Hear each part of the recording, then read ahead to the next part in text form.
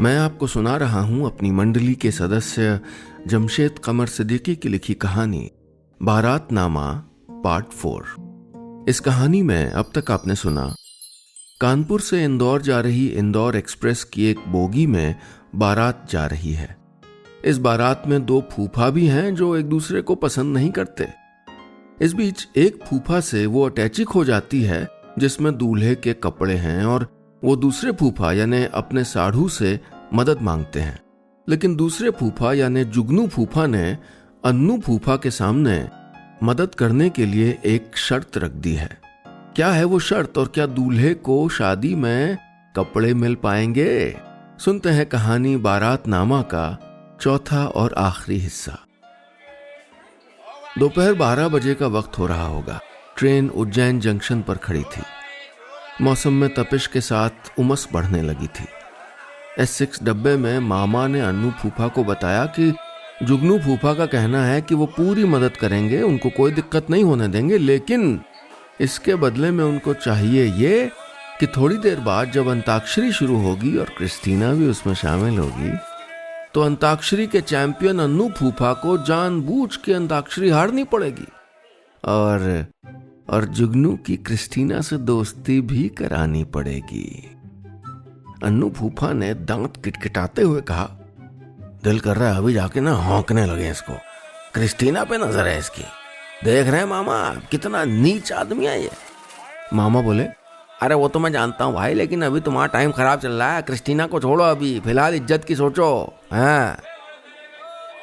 मामा की बात में दम तो था, लेकिन अन्नू फूफा को यह भी खल रहा था कि क्रिस्टीना के सामने उनको हारना पड़ेगा, वो भी ऐसे खेल में जिसमें आज तक उनको कोई नहीं हरा पाया था। शर्त सिर्फ अंताक्षरी हारने की नहीं थी, यह भी कहा गया था कि क्रिस्टीना के सामने उनकी बेइज्जती की जाएगी और उनको झेलना पड़ेगा। उनको इसकी भी फिक्र थी कि पता नहीं इसके बाद क्रिस्टीना उनसे लैब्राडोर गिफ्ट लेगी भी कि नहीं। लेकिन हामी भरने के अलावा कोई रास्ता था भी कहां। उन्होंने शर्त मंजूर कर ली और मामा जी ने जाके ये बात जुगनू को बता दी। अब बारी थी संगीत के शुरू होने की। कुछ देर बाद जब ट्रेन अपनी पूरी रफ्तार में थी तो अम्मा की आवाज गूंजी, अरे लाओ भाई ढोलक लाओ, बीच में रखो। हैं ऐसे। ढोलक पर थाप शुरू हो गई थी। अरे कहाँ है सब, बुलाओ ना। उन्होंने आवाज दी तो सब लोग उस सीट के आसपास आके जमा होने लगे। इस बार गंगाधर जी भी मुस्कुराते हुए वहीं खड़े थे। अन्नू फूफा वहां पहुंचे तो पाया कि उनकी पत्नी सुनैना और जुगनू की पत्नी सुगंधा के बीच में क्रिस्टीना बैठी थी। उसने सफेद रंग का सूट पहना था, खुले हुए बाल थे और नींद पूरी न होने की वजह से आंखें थोड़ी सूजी हुई थीं। उसने मुस्कुराहट बिखेरी तो सबकी नजरें बचा के ये भी मुस्कुरा दिए। चाचा के लड़के रज्जन ने कहा, एला भाई अंताक्षरी के चैंपियन आ गए। चलो भाई अब रंग जमेगा। अन्नू फूफा ने नजर उठा के जुगनू की तरफ देखा तो जुगनू फूफा की आंखों में शैतानियत तैर रही थी।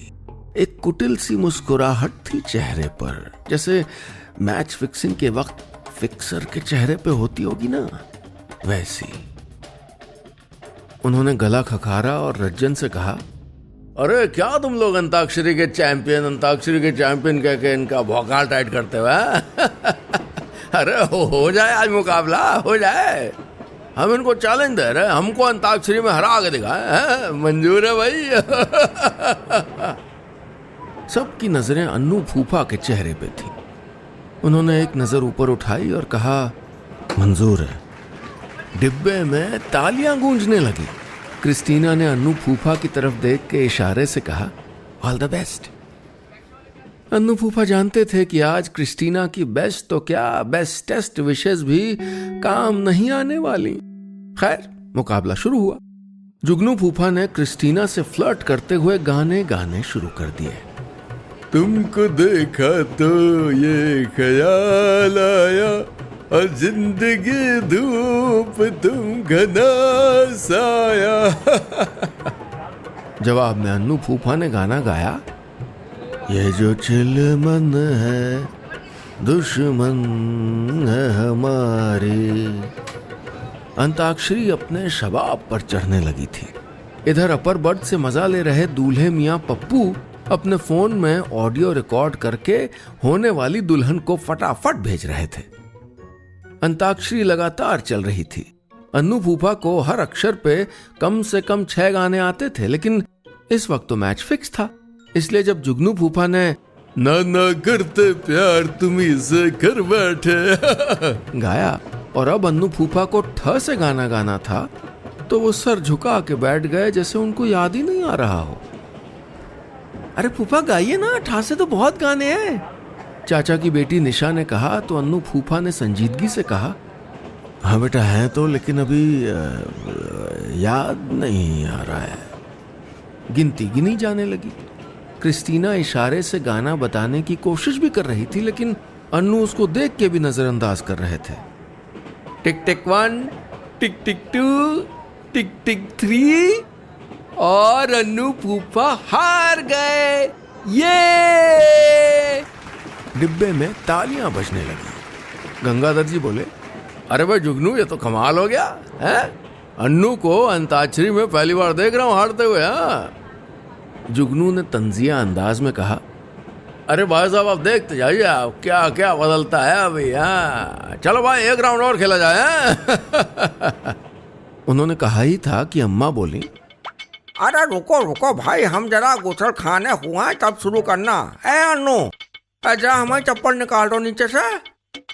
अन्नू ने मुंह बना के अम्मा को देखा तो जुगनू ने तंज किया, अरे भाई माना हार गए हो, लेकिन गुस्सा निकालने से अच्छा है किसी की चप्पल ही निकाल दो।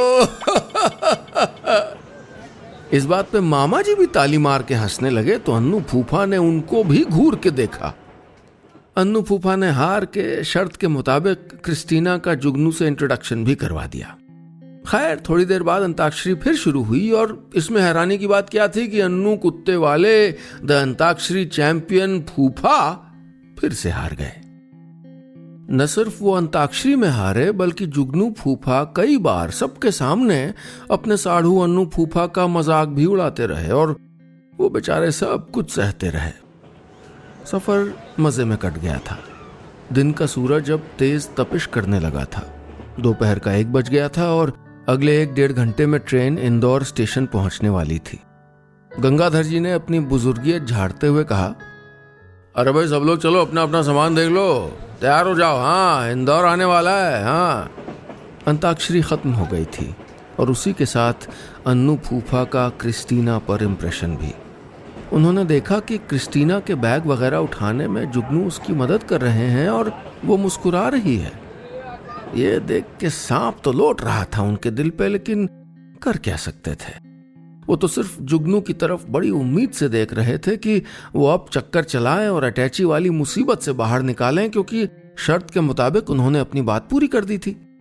कुछ देर बाद जुगनू उनके पास आए भी और बोले, तो भाई साड़ू साहब खेल तो कर दिया आपने बहुत टेढ़ा, लेकिन चलिए कोई बात नहीं, क्रिस्टीना से आपने हमारी दोस्ती करवाई तो भाई हमारा भी तो कुछ फर्ज बनता है। घबराइए मत, करते हैं बात हम भाई साहब से, आइए हमारे साथ। अन्नू फूफा और जुगनू फूफा गंगाधर जी के पास पहुंचे, जो सीट के नीचे फंसे वाटर कूलर को निकाल रहे थे। अरे भाई यहाँ क्यों खड़े हो तुम लोग हैं? उधर देखो अपना सामान निकला कि नहीं, जाओ। उन्होंने कहा तो जुगनू बोले, वो कुछ बताना था आपको। अन्नू फूफा के हाथ पैर कांपने लगे। हाँ बताओ, गंगाधर साहब ने कहा तो पप्पू भी नीचे उतर आया। क्या बात है फूफा जी? उसने उनके परेशान चेहरे को देखकर पूछा। अरे वो दरअसल ऐसा हुआ कि इतना ही कह पाए थे जुगनू कि तभी अम्मा की आवाज पिछली वाली बर्थ से गूंजी।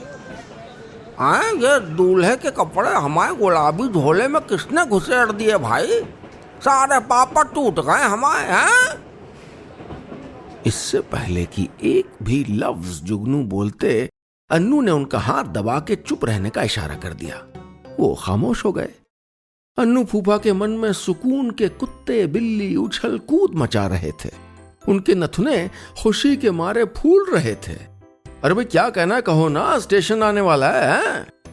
गंगाधर साहब ने झल्ला के कहा तो अन्नू ने आगे बढ़कर उनको गले लगा लिया और कहा, अब बहुत अच्छे हैं, अब बहुत नेक हैं, लव यू कह के वहां से चले गए। गंगाधर और पप्पू बहुत देर तक सोचते रहे कि ये हुआ क्या। अपनी सीट पे आने के बाद अन्नू फूफा को समझ नहीं आ रहा था कि करें क्या, खुशी से नाचें, गाएं या फिर चीखने लगें। अफसोस ये भी हो रहा था कि बिला वजह क्रिस्टीना के सामने हीरो से जीरो बन गए। जुगनू फूफा के करीब आए और उनकी आंखों में आंखें डालते हुए बोले, लौटते वक्त फिर से होगी अंताक्षरी, और अब की देखते हैं कौन किसको हराता है। दोनों एक दूसरे को कह के वहां से चलने लगे कि तभी दोनों की नजर गेट की तरफ से आती क्रिस्टीना पर पड़ी, जिसके चेहरे पर बड़ी सी मुस्कुराहट थी। दोनों ने फिर एक दूसरे को देखा और भवें टेढ़ी करके मामला समझने की कोशिश करने लगे। क्रिस्टीना, कहाँ घूम रही हो भाई, सामान चेक कर लो अपना, अन्नू फूफा ने कहा तो वो बोली, आपके मामा जी से बात कर रही थी, काफी दिलचस्प आदमी है, 2 इधर और 2 उधर वाली एक स्कीम समझाई है मुझे, इट साउंड्स ग्रेट। भाई मैं तो कंपनी ज्वाइन कर रही हूँ उनकी। अन्नू फूफा और जुगनू फूफा ने गेट के पैसेज पर नोट पैड लेके खड़े मामा को देखा और उनके चेहरे पे इश्क का नया नया रंग भी देखा। हवा में उड़ते हुए बाल, चेहरे पे सधी हुई मुस्कुराहट, सब कुछ खुद ही बयान कर रहे थे। अन्नू फूफा और जुगनू फूफा ने एक दूसरे को गौर से देखा। बोले, चलो भाई अपना अपना सामान चेक कर लेते हैं।